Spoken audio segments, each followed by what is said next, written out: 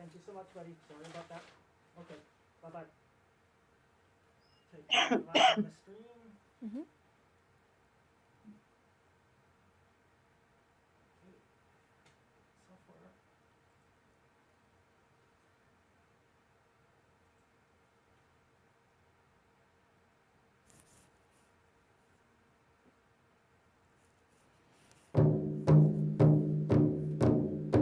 For thousands of years, elders and knowledge keepers have used stories to educate future generations.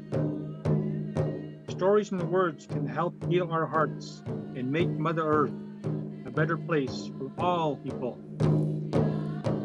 This is Healing Hearts. Hello, everyone. I'm Tracy Koga, and welcome to Healing Hearts. How many times have we heard the phrase, "We're all in this together"? Certainly, it's not true when it comes to COVID-19, the pandemic, and vaccines. And it certainly isn't true when it comes to mental health. So tonight, we're going to have a very important conversation to hear about the challenges faced by Indigenous and newcomer communities. So let's begin Healing Hearts. Hello and welcome to all of our special guests. I want to give a big welcome to Mariko in Ottawa, Krishna, Charlene, and Jonathan. Thank you so much, everybody. And I know that you're sacrificing a lot because the Jets are playing Game 1 in Series 2. And that is a whole breath of fresh air for mental health. And tonight, we are definitely going to talk about mental health. And also, we can't be remiss on the tragedy that has happened in Kamloops and even in the sports arena with Ethan Bear, and this all delves heavily into mental health. But I want to go to our first two special guests that are actually coming out, telling their story about living with mental health issues. So I am going to go to my beautiful friend in Ottawa, Mariko Sumi. It's so good to see you. We've had the opportunity to have a few chats, and I wanted you to be on this show because you expressed great interest. And I'm so happy about it because this is a place to share and also be a safe place for you to tell your story. And this will only help so many more people. So Mariko, maybe talk about your personal experience living with autism as a Japanese Canadian. Oh yeah, absolutely. Yes, I'm a Japanese Canadian born from my mom's French Canadian. My dad's Japanese immigrant from Japan. This part that was a child, a newborn child, was very energetic, enthusiastic. What they noticed on my first day of school, kindergarten one, because in Ontario we have two kindergarten classes. And on my first class, my teacher, my parents, even my classmates, they noticed that I have some particularities as a child compared to those of my age group, such as I couldn't talk, I couldn't interact with other people, I couldn't follow a regular class correctly as well. So I had to get my first diagnostic at the children's hospital in my city in Ottawa. And I got my first diagnostic at 4 years old of autism. Back then, it was only autism shortly. As like the definition that you see in the movie Raymond with Tom Cruise and Dustin Hoffman. It wasn't an autism spectrum disorder back then. So I had to change school for being in a special needs class. It was very difficult because I had to change school because that area, there's so many school closing. Just to let you know, I went to a French school. Yeah, there's so many school closing in this area, this Ottawa. And I've been to bullying and racism, discrimination to my cultural heritage. For example, in grade school, because as a child, I grew up with Japanese food and Japanese TV show, like a popular TV show called Okasan Toei Show. I grew up with the music that play on the show, there's some animation series that play on TV. and it was hard for me to share my own interest, my common interest with my classmates, because most of them were white, like 96% white in my class. So I was the only Asian person in my classmates that were more familiar compared to me than with American pop culture, such as Backstreet Boys. And I was very lonely. Same in high school, it was very difficult. Wasn't the typical 2000 girly girl that didn't. I was very culturally different from others. I didn't have the common interests nor the same opinions, the same point of view these people. But since even grade school, because I noticed one other particularity compared to most my friends were severe autistic. I wasn't that severe. I could concentrate, like I could do my own thing. I could read, I could write, I could even type my own computer as well. So they always done my first. Oh yeah, after kindergarten, I had to skip my I had the year after because of my dynasty. I had to be special needs class in Ottawa, and when they realized that I was doing better compared to my classmates, and I was done half year in the special needs class. No, I mean when my schedule is half-time special needs class and half-time regular class with people who were 1 year younger than me, but I didn't like it. I want to be normal like others. I want to follow regular class like others. I don't want to be labeled autistic and the word stupid, retarded, like being off. I don't want to be like Dustin Hoffman from Raymond. So I mask my own disability to be like a normal person. So it's always been like that during my grade school years, my high school years, but it was difficult. But the positive thing is I have two hobbies I realized is drawing and playing music, the piano that I start playing at the age of 7. That helps me to fight my own loneliness. But I was like a superhero. Like most anime characters are like Naruto is always like, I want to be like a super ninja ever. Even despite it, he wants to voice restraint despite people are saying about him, the guys people say about him. I was like him. There's people like I have my own dream, like the ABBA song. No, I have a dream. But for me, there's always good thing for everyone. There's always a dream for everyone. My only dream was going to university. Sure, nothing else. I was young and my dreams to go to university. Some people, including some of my family members and my special needs teacher, were like, Mariko will never used to underestimate me, such as Mariko will never go to university. Mariko will never finish high school. Mariko will never have friends, etc., etc. But never listen to them. I was like, I have a dream. I will do no matter people say about me. So in high school I study a lot because I want to get better mark for getting accept at university. And surprise, I finished my high school in June 2009, and I got accepted at University of Ottawa.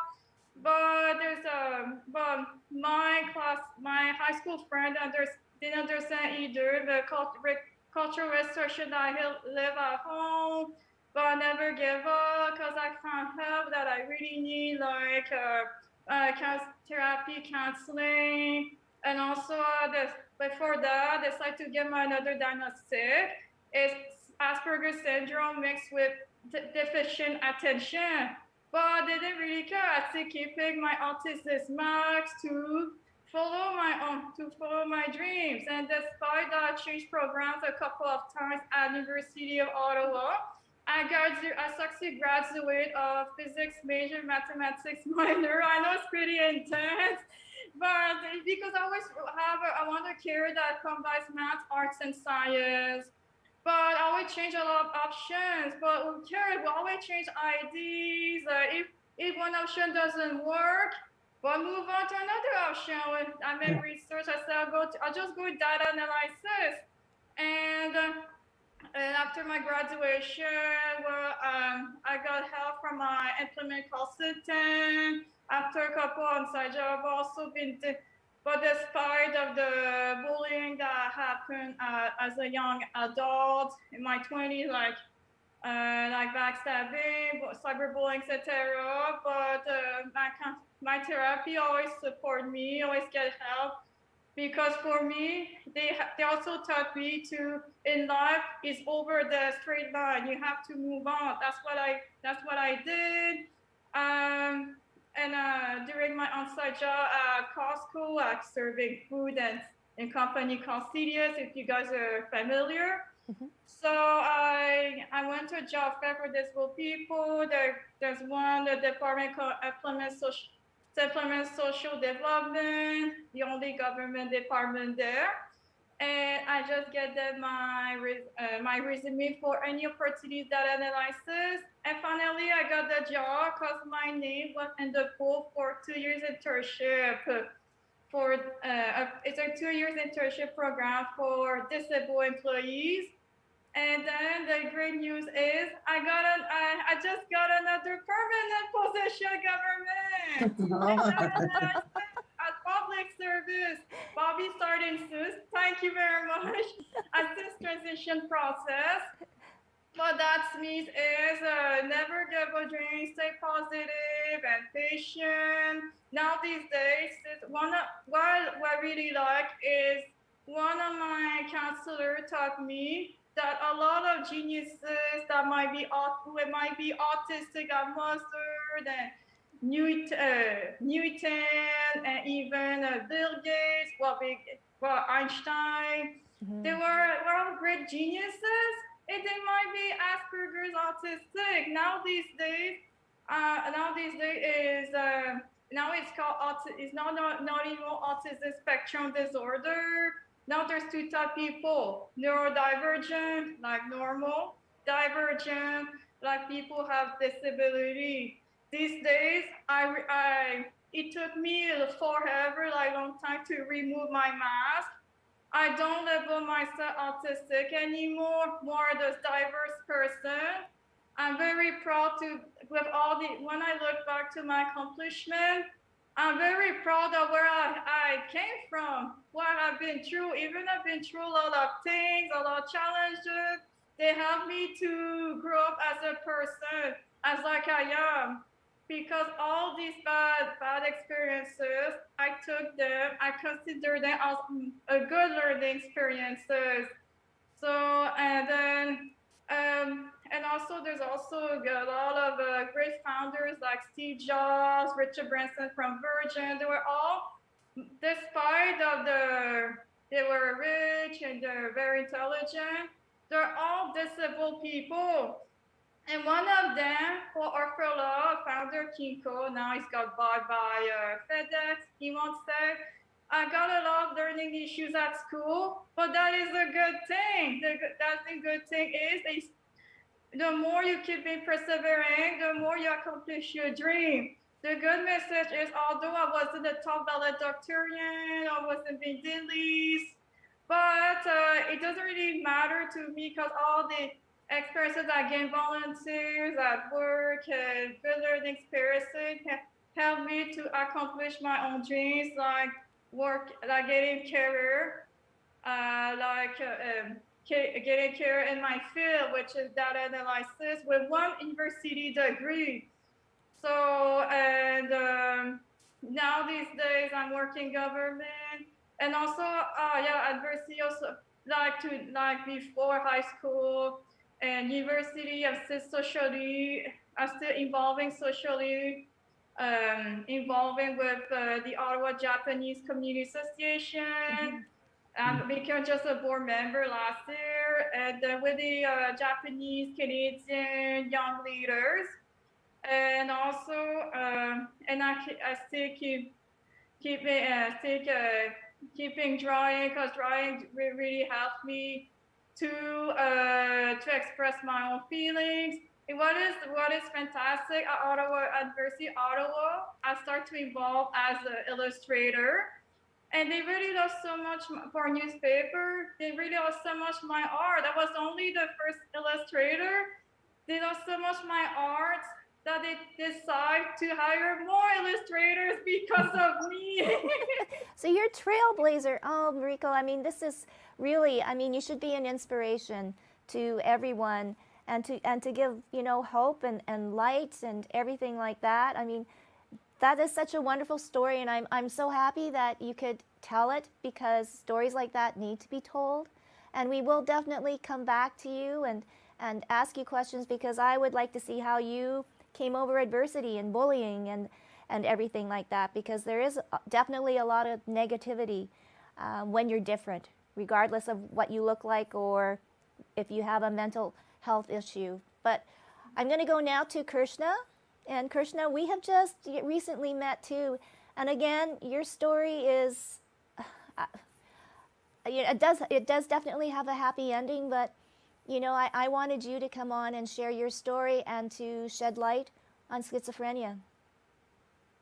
Okay, so this is a tough one, because many people don't understand, I would say, what schizophrenia is. So there's many different types that are out there, different variants. So I would say with mine, it was more a paranoid, the paranoid type, where I'd be kind of like a reclusive person. But to begin with, I was, when I was a younger person, I was a very high level athlete. I won a bodybuilding championship at 20, which has never even been since done. Within a couple of years after, I developed the schizophrenia. And all I know is I woke up one day, the day before I was fine, and I was just afraid of everything. I heard strange noises. Everything was off. I knew something was wrong, and it continued for quite a long time after, to a point where I didn't want to leave my house. And then, of course, you know, after enough time being recluse like that, you go to see a doctor, and the doctor diagnosed me with schizophrenia. My body weight had doubled from competition weight of about 160 pounds to 315. And it wasn't, it really only took about 5 years for that to happen. So I went from having the best body in the province to not that body image is the most important thing. I mean, I've come through life understanding that now, but that was like my goal, to be a professional bodybuilder. And then, so my body image kind of went right opposite to that. So my waist got up to like a 60-inch waist. When I would compete, it was 25. So, and I have a pretty broad shoulder widths. So it was very, very depressing to kind of put all that work into something and then have it turn around that way.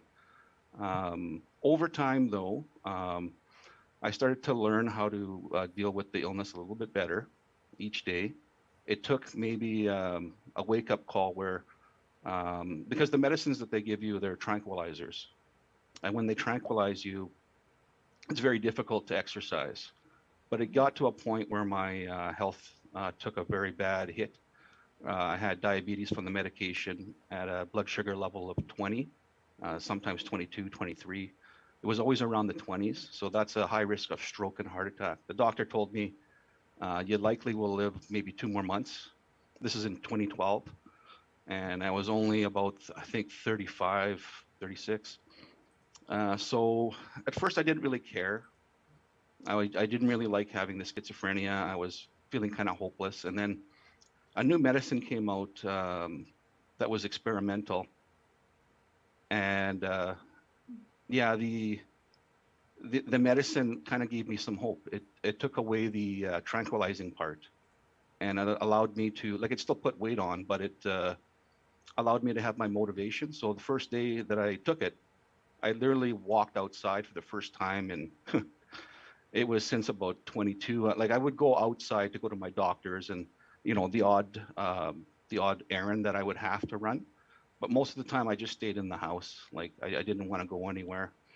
I was wearing a 5XL shirt, and I didn't feel good. I mean, you can't wear like a nice t-shirt when you're that heavy. It's basically whatever's there, and it's almost like you're buying drapes.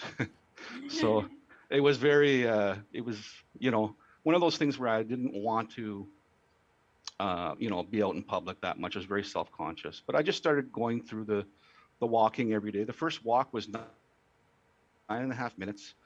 And then lo and behold, by the end of the month, I thought I would just up it a minute or two every day. And within 2 weeks, I started getting a little bit of fitness level in there where I could increase it another 10, 15 minutes at a time.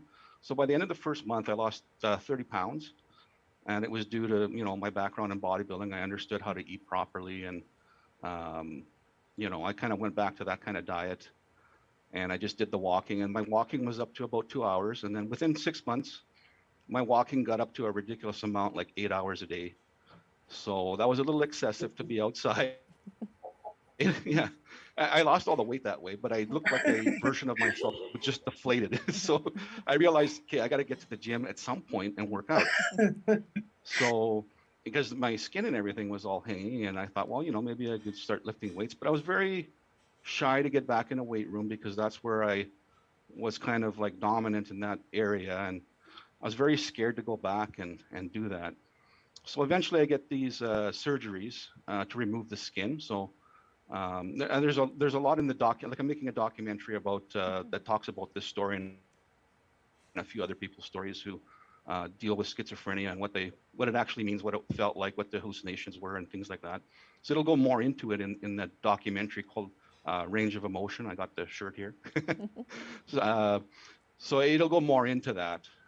But long story short, I go through these operations. They cut all the extra skin off around my waist, so it's like a belt around there, almost my chest from here, from like right here all the way to the back of my body. So they had to cut this huge flap off there and then put the nipples back on, which is quite a operation to go through. And then when I saw what my body kind of looked like after that, I was like, I still kind of have this bodybuilding frame there. I still had some muscles because I started doing weights. And then in a couple of years, I ended up naturally. I did it natural because I was just really concerned about my health at the time. And I went into the bodybuilding show just to see what would happen. And I mean, I had to train really hard because at this point I'm like 38. So I hadn't done a show since 20, so that's an 18-year gap. And I ended up beating everybody in my class. I couldn't believe it. Honestly, it was very scary because I have schizophrenia. And although I was doing a lot better with it because I was gaining confidence because of, here I am accomplishing one goal, accomplishing another goal, getting out the comfort zone, meeting people in the gym, kind of establishing a life for myself. So even though I was able to do that, getting on stage was very, very scary. I almost backed up before I stepped on stage. But I thought, you know what, you've come this far, like, why not you're not going to die. You're just going to be scared up there. So I went up there, did that, ended up winning my category I was in. And I honestly really thank you. I really couldn't, honestly didn't expect that. I didn't expect after all those years to have anything left in the tank like that. It was a very low level show. It was to qualify for like the bigger one. So I went in the bigger one after and I got my clock cleaned. So it was a wake up call. I wasn't as good as I thought. My body fat was good, but I got beat bad. But it made me determined. It made me determined, I remember after that second show, I was like, whoa, that wasn't very good. And that one thing I noticed, was that the anxiety and everything that I felt the first show, it was there for a week, but this time it was only there for like a day. So I felt like I was on stage still for a day after the show, which is a huge improvement actually. So to have that kind of anxiety, I know now that it's going to go away. It's not going to be there all week. So I thought, you know what, like I went to Burger King. And so here's a little story here. I went to Burger King for one of my cheat meals that I had that week. And there was a girl there working at Burger King. And I'm on a disability. And so at that time, I still hadn't been working since, around 2000. So that's 2016. So that's like 16 years of not holding a job and just being on disability. And and I was really thinking about going back to work. But when I saw this girl with the Down syndrome working the, removing the trays, and she was bawling. She was in a lot of pain from the overload of people being like the social, they call that sensory overload. And I understood too, because I could feel that too. And I felt her, I could feel the pain she had, but she's still pushing so hard. So this person was so strong. I thought, they're stronger than me. Like, it inspired me to go within that year and get a job at a Good Life where I worked overnight. And so there was a process of getting adjusted to working again and learning how to talk to people. Because you can imagine if you're mentally ill and you lock yourself away for, like 16, 17 years, you're socially going to be very incapable of interacting with people very well. So lucky for me, when I was at the wellness, well, we're backing up a few years here. At the wellness center, I met a fellow who he was an older fellow, but he was the kind of person just talked to everyone. He was so kind, and he would talk to the janitor. He was just so social. And I got to know him, and I started working out with him, and I learned how to socialize through this fellow. So I mean, without his help, honestly, I really don't think I could have accomplished the social part. So that to me, losing the ability to socialize with people and to explain to them how you feel, how you're thinking, and not to have it all get taken the wrong way or whatever it is, that's a huge fear for somebody who's kind of recluse themselves from society. And without that person, I really honestly, I don't think there'd be no documentary, there'd be no huge bodybuilding comeback. It's just like this. His name is David Kinsella. I hope he's watching right now, and if he is, like I still talk to the fellow, and like the nicest guy that you'll ever meet. So that's, I mean, there's a lot more to say, but I want to leave a little bit there for everyone else. Sorry for going on. No, So you can catch the Range of Emotion documentary yes. Probably soon. Yes, probably soon. So yeah, I know that whole story is there, and I got a few questions too to ask you, Chris, like when we come back. But I want to share now Jonathan's story, Jonathan Meikle, and for some he might look, familiar. TED Talks. I googled you. Oh, I know you. Thank you, Charlene. I know you.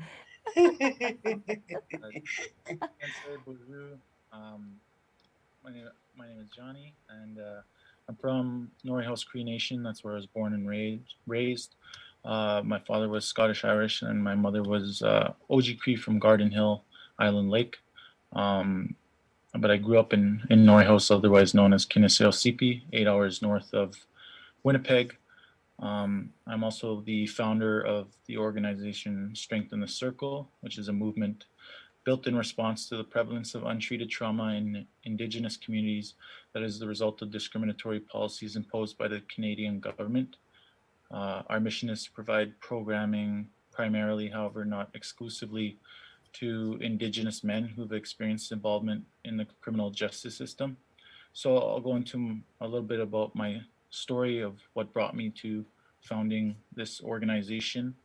I, again, grew up in Norrie House, very structured home, very rigid in the beginning years. My father later relapsed with alcohol, and that was around my teen years. And at that time, I had a lot of anger, and I was getting into a lot of fights. I eventually was introduced to the military through the Bold Eagle program in Wainwright, Alberta, at 16 years old. I later joined the regular forces at 17, so I dropped out of high school and signed my life away to the military for a while. And I was going to do the responsible thing and wait till I was 18 and graduated from high school, but I slipped the application in thinking it would take some time. Within 2 weeks, I was in Saint Jean, Quebec, doing my basic training. I always struggled with identity growing up, having a mixed, coming from a mixed background. And in the military, I definitely struggled with that. I had a couple of racist altercations, which really affected me, how I interacted with others in the future. I kind of created these biases, and with my background growing up, I was prone to violent tendencies. I got in a lot of fist fights, and so I didn't create the best name for myself in the beginning of my short time in the military. I ended up deploying. Sorry, I'll go back. I ended up graduating my battle school program 2 days before my 18th birthday, so still 17 technically, and youngest in the unit. I ended up deploying to Afghanistan at the age of 20 for a 7-month tour.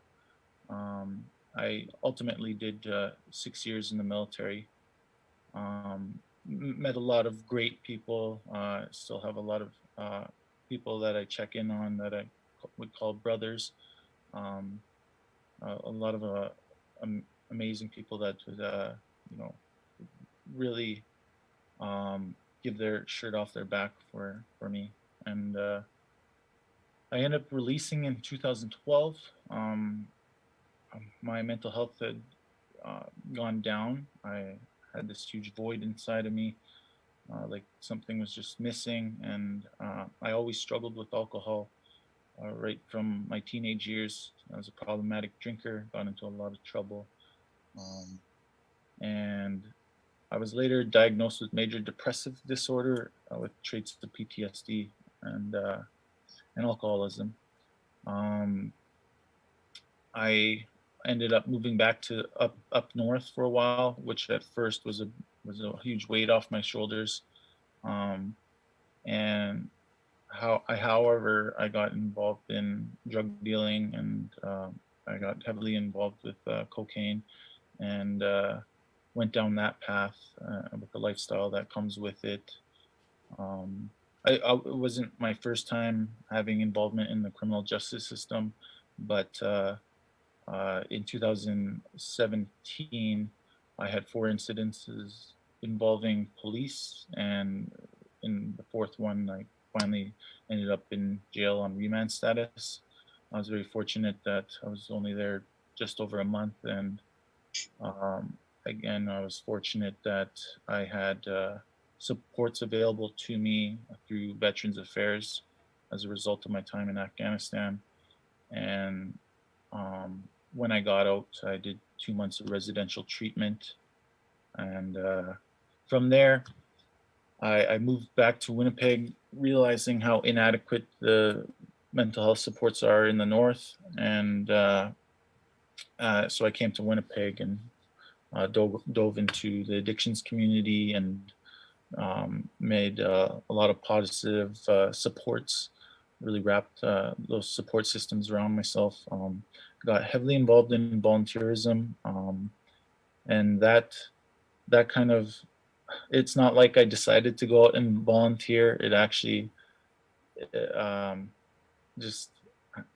the way things unfolded, I needed a place to stay, and my relative of mine, he was involved with Winnipeg's Bear Clan Patrol, so they're out walking the streets. And back then, it was just in the one neighborhood in the North End, and so very grassroots and very small organization at the time. And he introduced me to James Favel and his mother, Janet Ross, and Janet ended up giving me a place to stay. And these 2 people were complete strangers to me, and the compassion that they showed me was life-changing. Naturally, I started to volunteer with Winnipeg's Bear Clan Patrol, and it was getting involved with that organization, surrounding myself with positive people, doing positive things, engaging with the community in a positive way. That it was character development all the way,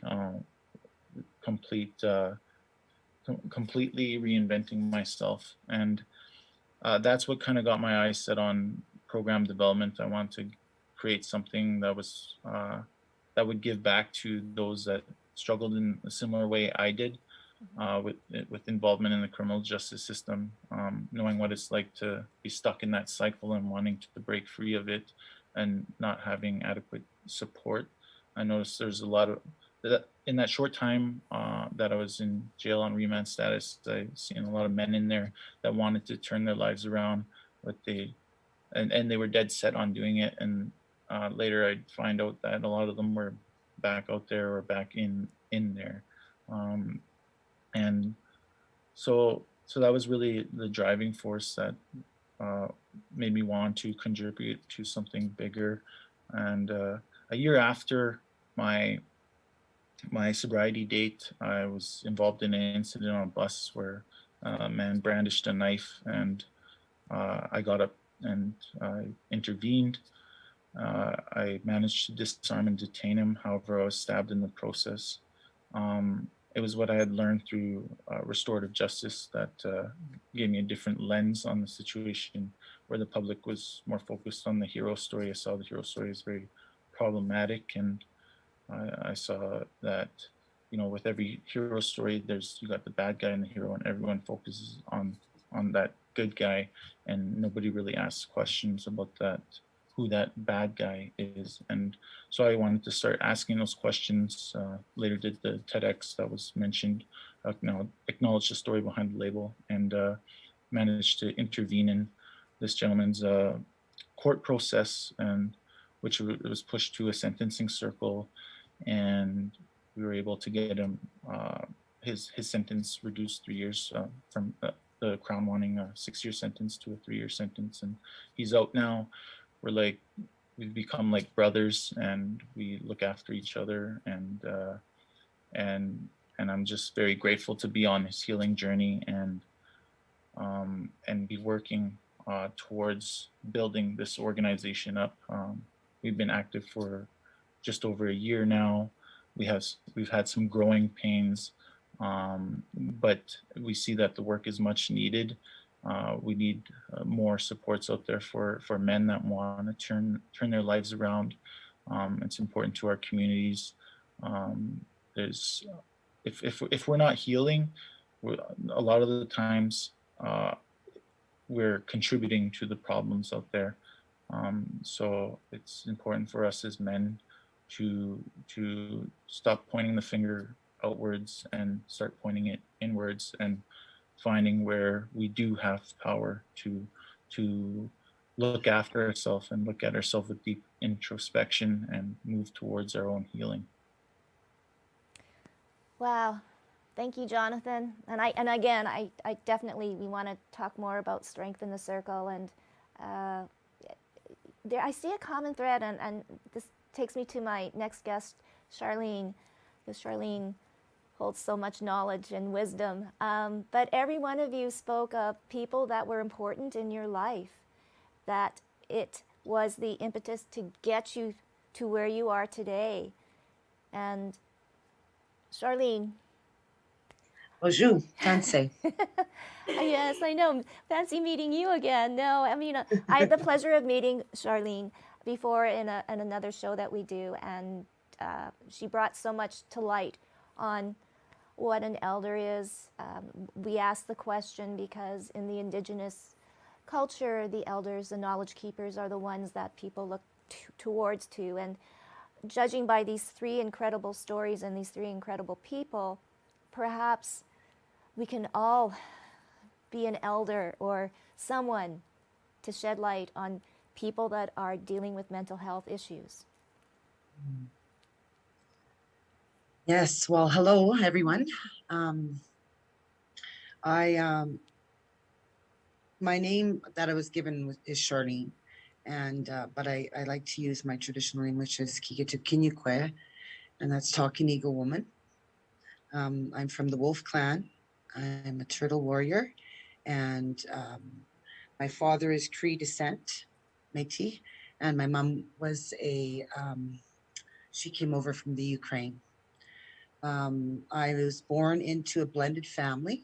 So when my mom met my father, she had 4 children, and my father had 4 children, and then they had me. So I'm really the only one from them, but I have my siblings, and I grew up believe like they're my siblings. I don't say hi half sister or hi half brother. They're my brother or sister. I want to acknowledge the platform here. Just a lot of strong stories, uh, strengths, gifts. That's what I was hearing as the guests were talking. And I do know Johnny. Actually, I was going to come to you. You know, my mom, my Belinda. Belinda Vanderbroek's an elder in our community, very strong elders, residential school survivor, and she had adopted me through the ceremony in the sweat lodge. So, and we worked together for years and years and years. My ancestry comes from York Factory Cree Nation, and I want to go there one day and see where my ancestors lived, and I've been doing that journey of finding who I, because I truly believe it's very important to know who you are and where you come from. So I too struggled as a young girl. I was sexually abused from the age of 5 till 9, and grew up in a house of alcoholism, drugs, violence, and by the time I was 12, I was already out there on the street and using drugs, and it just continued to get worse after that. And that many years ago, there wasn't a lot of resources at all. um, and coming from the home that I came from, my mother was, you know, very staunch in how we carried ourselves. And, you know, when I look back now, and I've been able to come through a lot of those things, depression, anxiety. I had a very, at the age of 17, I was pregnant. So I was a single mom. And I have 4 children, who I'm very, very proud and happy for, and blessed, very blessed that I have my children. However, through that time in my life, there was incidences that were going on, which I didn't really understand what was going on for me. I didn't know that I get emotional. I didn't know that I was suffering from these things, and I didn't really ask about it. And so I just lived, basically, and tried to live my life. However, lots of things happened. By the time I had my 4 children, and I was in my late 30s, I got very, very, very, very hooked on drugs. Cocaine was, cocaine and crack was my drug, and alcohol. It's all in there all together. And my children, my 2 little children were taken by child welfare, and my older 2 children, they were with their father in BC. And they were there for 5 years, and my little ones came to be with me because I went to treatment. And I stayed in the treatment center for 16 and a half months. And there I educated myself. I got my grade 12. I then went into volunteering and giving my time back into the treatment center. And through that, I got a job helping the young girls there and the women. And then I went on to social work and got my bachelor social work degree. And I was clean and sober for 20 years, and something really huge and big happened for me. My son was in some trouble and ended up going into the institution, and he was there for 13 years. So I took a turn that I didn't even see coming. And I went into a very deep, deep, dark place. And thank goodness I had my culture, my traditions. I had elders around me that I that I used, and I went to. This whole thing about mental health and depression, anxiety, and all of that was like not talked about as I was growing up. And so I never talked about it. I never talked about anything until I went into treatment and I started to understand, and I started to look at my family and especially my mother and father, to understand where they came from, and why they were the way they are or were. And so I did a lot of that, a lot of soul searching, a lot of healing. And I stayed away for a little while to take care of myself. I think it was Krishna was saying that, you go into a really dark, I could really understand what he was saying when he talked about that, and not coming out of your house and not, you know, I mean, even after when I started to look after my mental health and started to look at my wheel, because like I said on the other show I was on, I said that doesn't matter where we're from, doesn't matter what color we are, we all have a spiritual, a mental, a physical, and psychological being, a mind of our own, right? We all have that, doesn't matter where we're from. And so it is our responsibility to take care of that. And I mean, there's lots of things that interrupted my healing in certain situations. And so I began to know that I had to really take care of myself, because I was the only one that could take care of myself. No one else. I mean, there's people that, enhance me, but at the end of the day, I take care of me.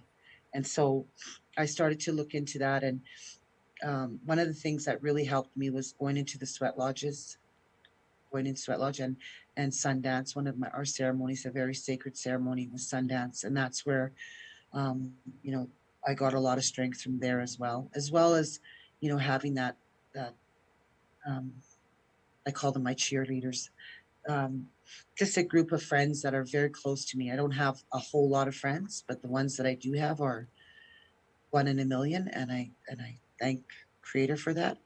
And they helped me too. And so, growing up, I grew up in the North End. That's where I was born and raised. I grew up there. A lot of things, happened in my family that I'm sure all of us kids were, not sure, I know all of us kids were affected by it and in different ways, right? And how we dealt with it. And I can see it like within my sisters and brothers now, when I look at them and see, some of them didn't take care of themselves, and so they're still suffering, and um it's just when you're dealing with something like that, it's very hard to explain, because when you're dealing with something like that and you tell somebody, they, oh, come on, just get over it, like, just come on, lighten up, like, but it's not like that. It's not like that. And it almost feels like there is, but it almost feels like, I don't know how to explain it, then you feel like there's a total different brain in your head, and you just don't know, like, what happened, because I thought I was doing fine, and then living my life and doing my thing. And when these situations happen, and the trauma, one of the things that I really, really study is trauma, because you don't know how that affects you, and even your body. Your body, you hold those things in your body. You're talking about working out again. Our body has memory, and if just when you're talking about going back into the gym and everything, that's body memory, and our bodies carry those things. We carry those things within our body. Our people knew that long time ago, of working with energy and working with, moving the stuff through your body, right? Because it sits there, and what happens is it becomes a dis-ease, right? And so you got to find a way to move that, and move it through your body. And I mean, there's numerous ways today that we we can get help, and we can move those things through ourselves. And we're like, I mean, look at right now for me. I just want to share and be truthful. To be on here today, I must have thought about canceling about 5 times because of the way I was feeling and because of what's happening in our community and for our people, right? And I'm glad I didn't because I worked through it. I just said, you're going to get through it. And this needs to be talked about, and this needs to be shared, and this needs to be really taken serious. It's not like a tipped over spilt cup of milk. We're talking about 215 bodies that were found, and then just today there's 174 found in Brandon, and then in Saskatchewan, and they're going to pop up. They're going to continue to pop up. So I think about like all of the people that went through that, and like my great grandmother. I think about the people that are still here and that are having to, those memories and that trauma pop up again for them. And I just can't believe that, in 2021, we're still talking about this and we're still shaming people for it and blaming people for it and making it like it's nothing, but it is, and the conversation has to happen. So I'm grateful that we can have this platform to do so, and also, having the place like, our space that we went to the legislative building where we could, begin that grieving and acknowledgement and accountability and all of that. I'm a singer, traditional singer, so it really helped me yesterday to go and sing and to let go there on the grounds and say my prayers. So yeah, growing up, it for me, it had a huge effect on me and with my children, what I wanted to share, because I, like Johnny there,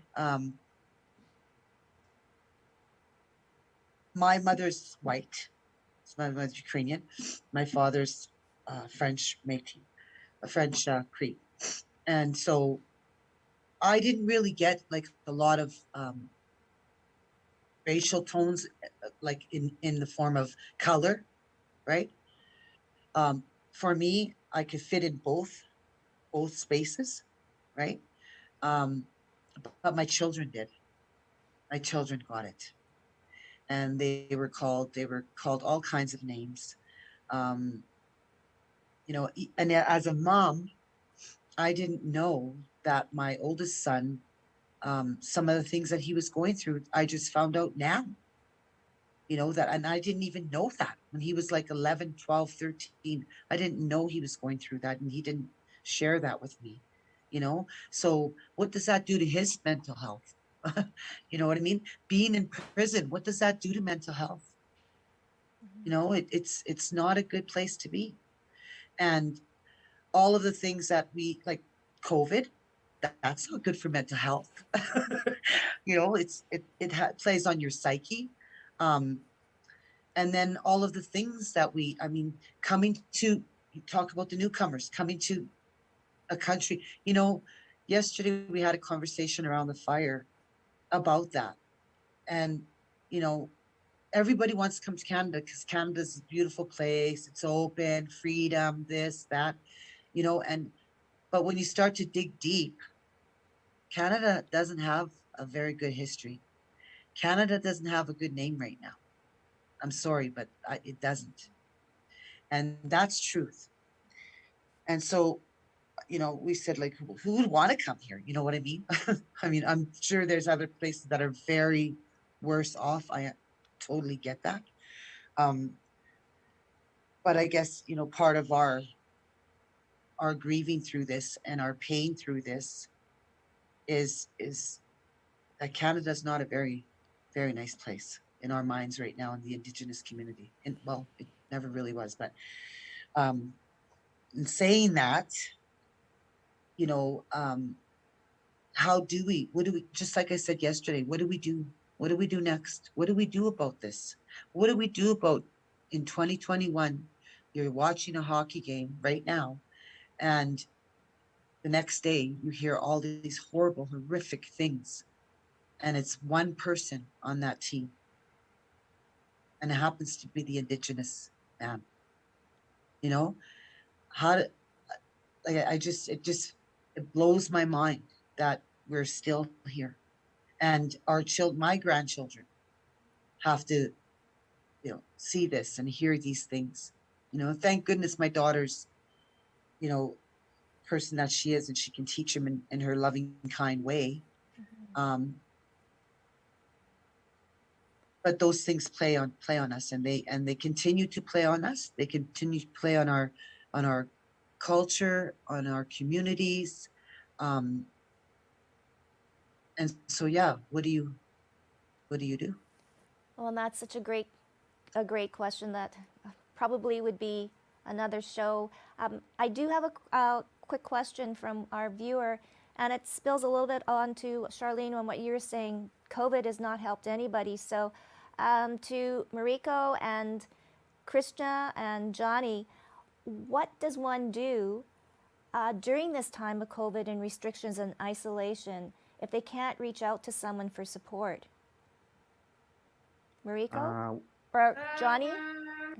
I was. That is a very good question. I know that COVID was hard for anyone who has difficulty with their mental health, especially with autism.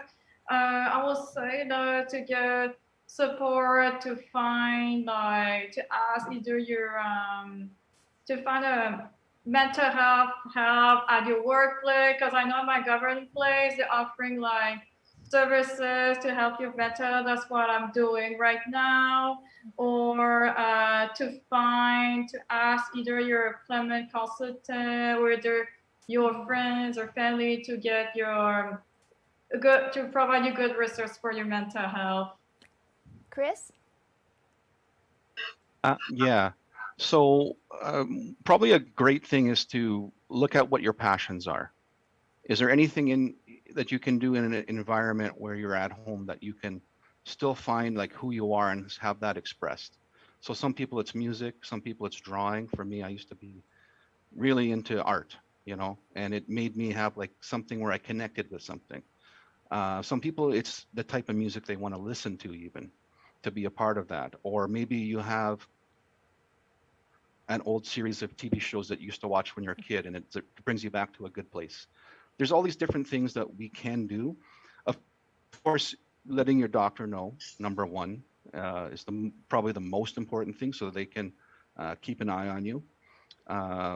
For me, exercise, especially when you do cardio, I'm not saying you have to go for a run or anything like that. If you're able to go for a walk or get on a bike, those things actually help in your body and move things around and get the endorphins going. So it gives you a feel good, I've accomplished something. It gets you outside too, in a different environment than where you're kind of cooped up at the time. For me, I like playing video games and working out. So I've been a little lazy with the workouts lately because of some of the projects, but it's also an opportunity to reconnect with old friends that maybe are in the same situation. Or reach out to people who meant something to you. Maybe you had a teacher that when you were younger, they really helped and you just want to say thanks. It might make you feel good too to do that, and the other person gets a benefit. So there's those kind of things that I think could be helpful. Oh, most definitely. And Jonathan, especially for people in a crisis situation. Well, I want to go off of what Charlene was saying earlier.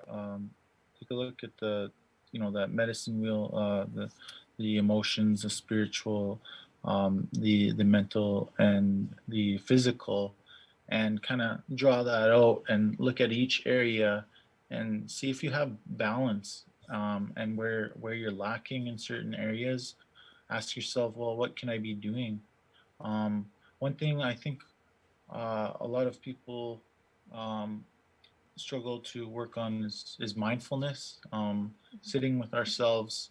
Or anxiety seems to be one of the biggest issues out there. Anxiety and depression, and I think that those are things that could be that can be helped with practicing mindfulness, so meditation, treating your mind like a muscle, and you can work it out. Start with 3 minutes of meditation, and increase as you go, and it gets easier and easier, and that'll help you focus.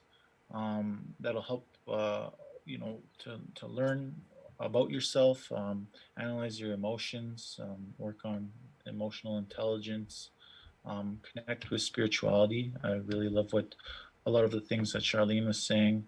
Move to ceremony, and ceremony doesn't have to be out there. Ceremony can be right in your backyard, right inside your house. I have a smudge bowl sitting in front of me, and ceremony can be prayer. At the end of the day, ceremony is how you walk through this world, and it's how you become that walking prayer.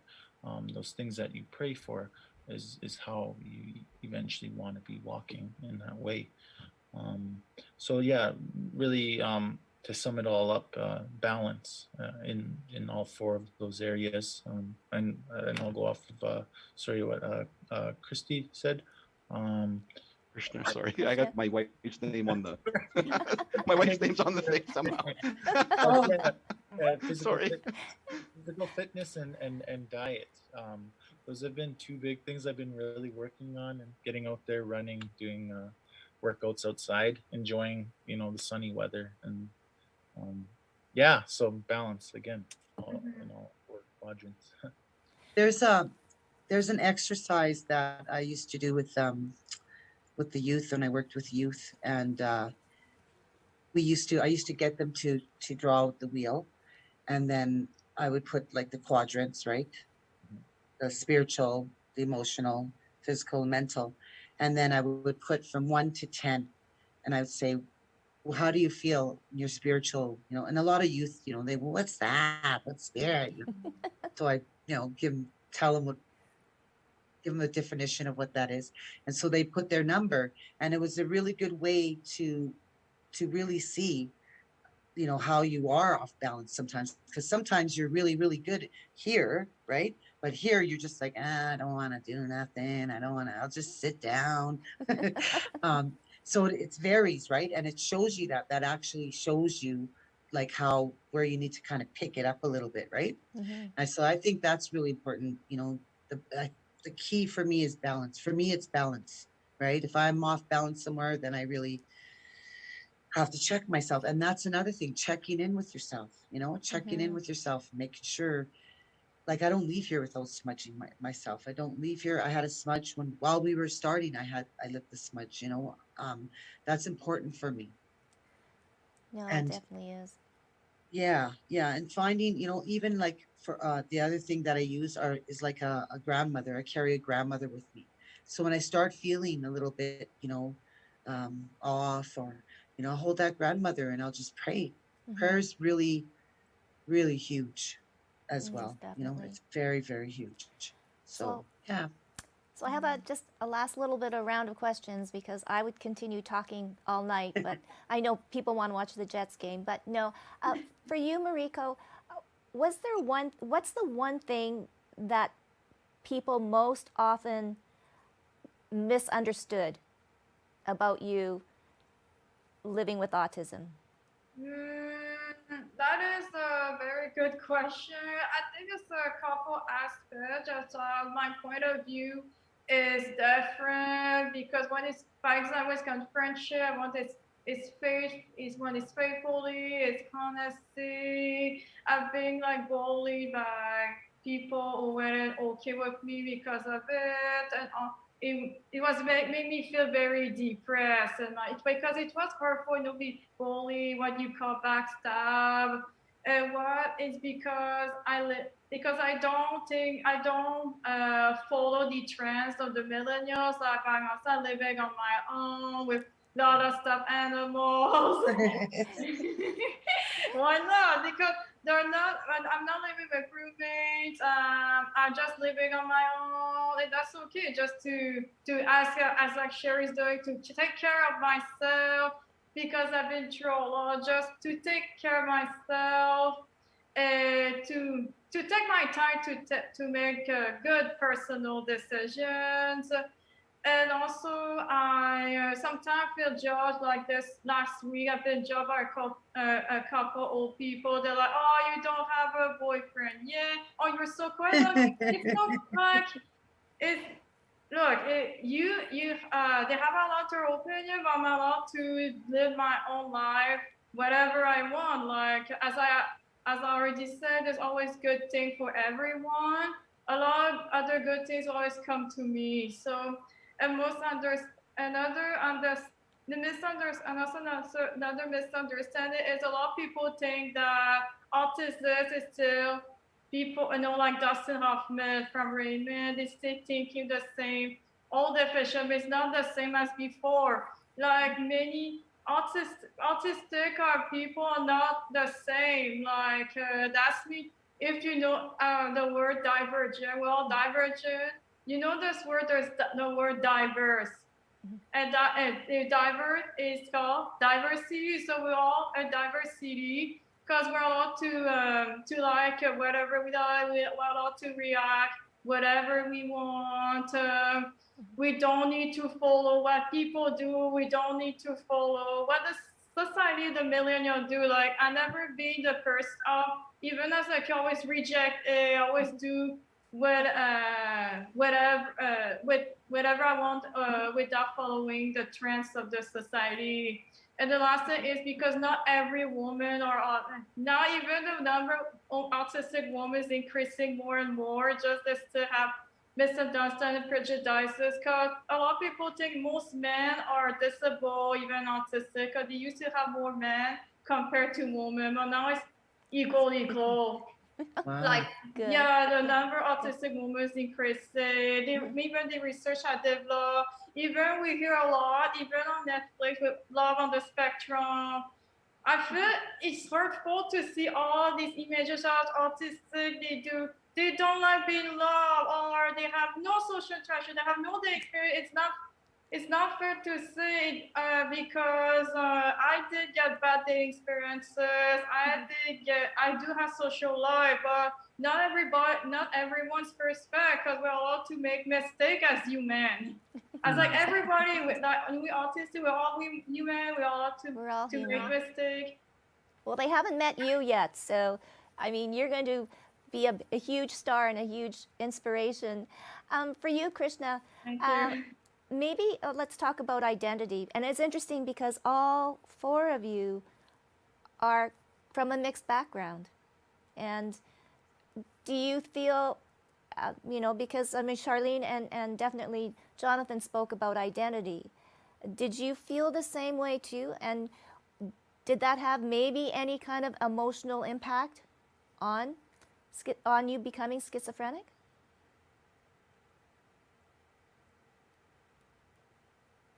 I think so.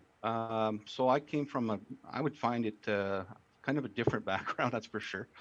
So I guess my mother you call Canada, but originally from India. It was very different. So being half East Indian, I wasn't considered East Indian. And even to this day, I'm not considered East Indian. Being half white, but also being half East Indian, I'm not always considered white. So I kind of had nothing. My identity was really made because I was very athletic. So my identity in school was not East Indian or white or whatever. It was like, this guy's the best athlete. So I had to define myself in a weird way where I didn't really have either culture. I didn't fit into either of them. So, but I could relate to other people who were in each culture, if that made sense, but I wasn't accepted by either. And I still kind of find that nowadays a little bit, unfortunately, but I don't think it's purposely done by people. I really don't. I don't think it's an intentional thing. I think it's just one of those deeply rooted thing that if you're from a certain culture, I guess, where you're from, then the parents kind of all think that or whatever. I don't think they, have any bad intention on it. But I would say, yeah, it did affect who I was and how I identified myself. To add on top of that, I was in an obscure religion on my mother's side, Jehovah's Witness, where in that culture, it was a little bit different too in the way the belief system was. So I really didn't fit in very well at school or things like that, other than being really good at sports. So it took a long time to kind of find out like who I am, what I'm good at. And when I got into bodybuilding and I met a fellow named, his name is Henry, he introduced me into bodybuilding. He's like, you have really good genetics. Why don't you like do this stuff, right? So, and I really didn't know much about it, but I was really athletic and I had a nice build. And so he showed me how to train and diet, and that kind of established, the person you kind of meet now. It was really based on just people outside these communities, So like we really are, like the human race is a community. Mm-hmm. And whether you fit into one or not, we're all together, no matter what people like to say or don't like to say. It's like having that, maybe in some families or in some circles, you may have like a nationality that some people don't favor, but we're still part of the same family. It's like having that person in the family that maybe someone doesn't care for or whatever, but we got to still be, as a human race, a family. And your identity isn't defined, I don't think, so much by what other people say. It's by what you do. So if you're a good person, you do the right things, you make the right decisions, you represent your cultures properly then, and humanity properly. So that's kind of my feeling on it. But yeah, I would say when I was young, yeah, it definitely felt like I didn't belong anywhere. Mm-hmm. Wow. Jonathan, loneliness. It can tear a person apart. It can definitely lead to mental health issues.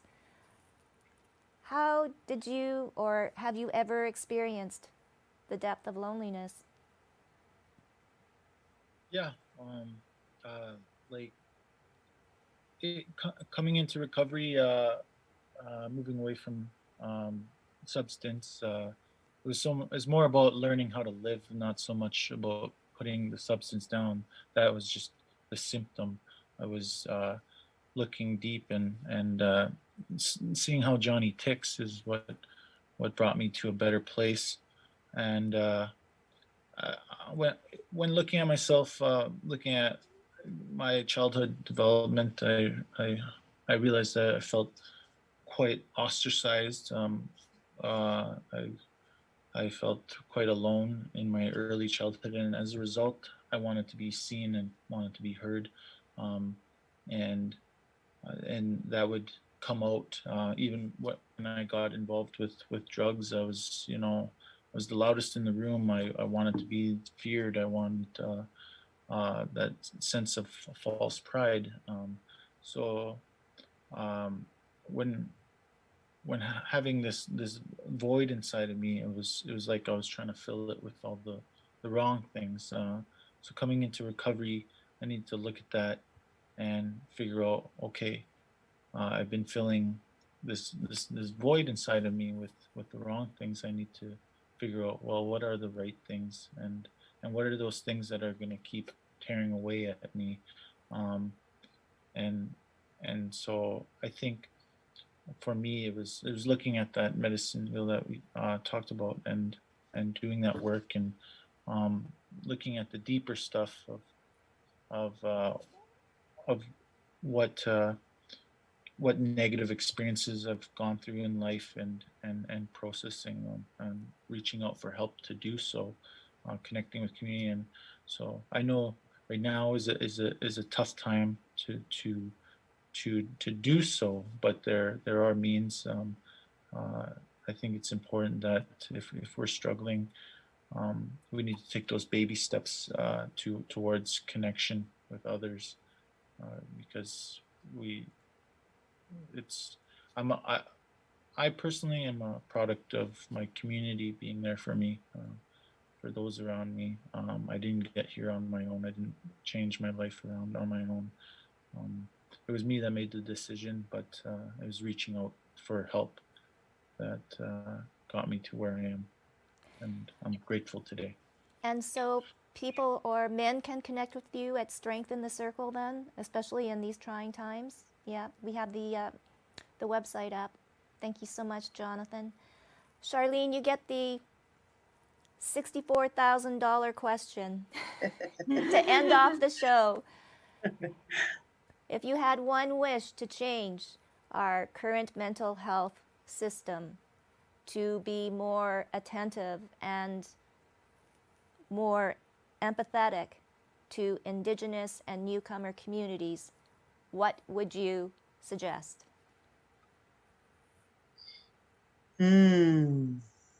Well, what would I suggest? If I had one wish, I wish that we could end that and that we could look into a lens of not of color and creed and all of that, but with kindness and love and gifts and honor. You know, one of the things that I said yesterday too is and it stuck with me, is that I'm a big fan of Dr. Garbro Mate. Huge fan. I think I'm his really #1 fan. But he said that with all the people that have mental health, whether it's PTSD, depression, anxiety, schizophrenia, whatever it is, to society, they look abnormal. We look abnormal, right? But really and truly, society is abnormal, and we have special gifts and special talents that we've been given. It takes a lot to come from a dark place and to come up from there. I give all of us here today, kudos for that, for struggling through those things, for this young woman right here and her story, that all of us, for the stories that you shared and the things that you've come out of and come forth to. You know, that takes a lot of strength. Loneliness, to be in, I understand that when you talk about loneliness, you know, I remember at a time in my life where I literally went into the shower and sat there while the shower just sprayed on me and screamed for this to leave and for me to be normal. What is normal? I am normal. So I think that we have to start changing the lens, and that we have to, if I could have a wish, that we'd live in a place where we could feel that. We could feel loved no matter who you were, no matter where you came from, and just, you know, explore the gifts, explore the different nationalities, explore the different foods, explore the different culture, the teachings, all of that. We all have them. We were all born with them. So let us show them and let us share them. And in that note, Johnny, we need to talk. Well, I want to thank you all, Mariko, Krishna, Jonathan, and especially Charlene, of course. Charlene, it's just been a truly amazing evening. And let us move forward together. Yes. Because yes. I feel like we're all in this together, truly. But just so you all know, it's 3-1 for Oh, no. Canadians. I want to thank Immigration Partnership Winnipeg and Knowledge Keeper Clayton Sandy, the co-creators of Healing Hearts, my special guest tonight. And for all of you out there, stay safe and stay healthy. And we'll see you next time on Healing Hearts.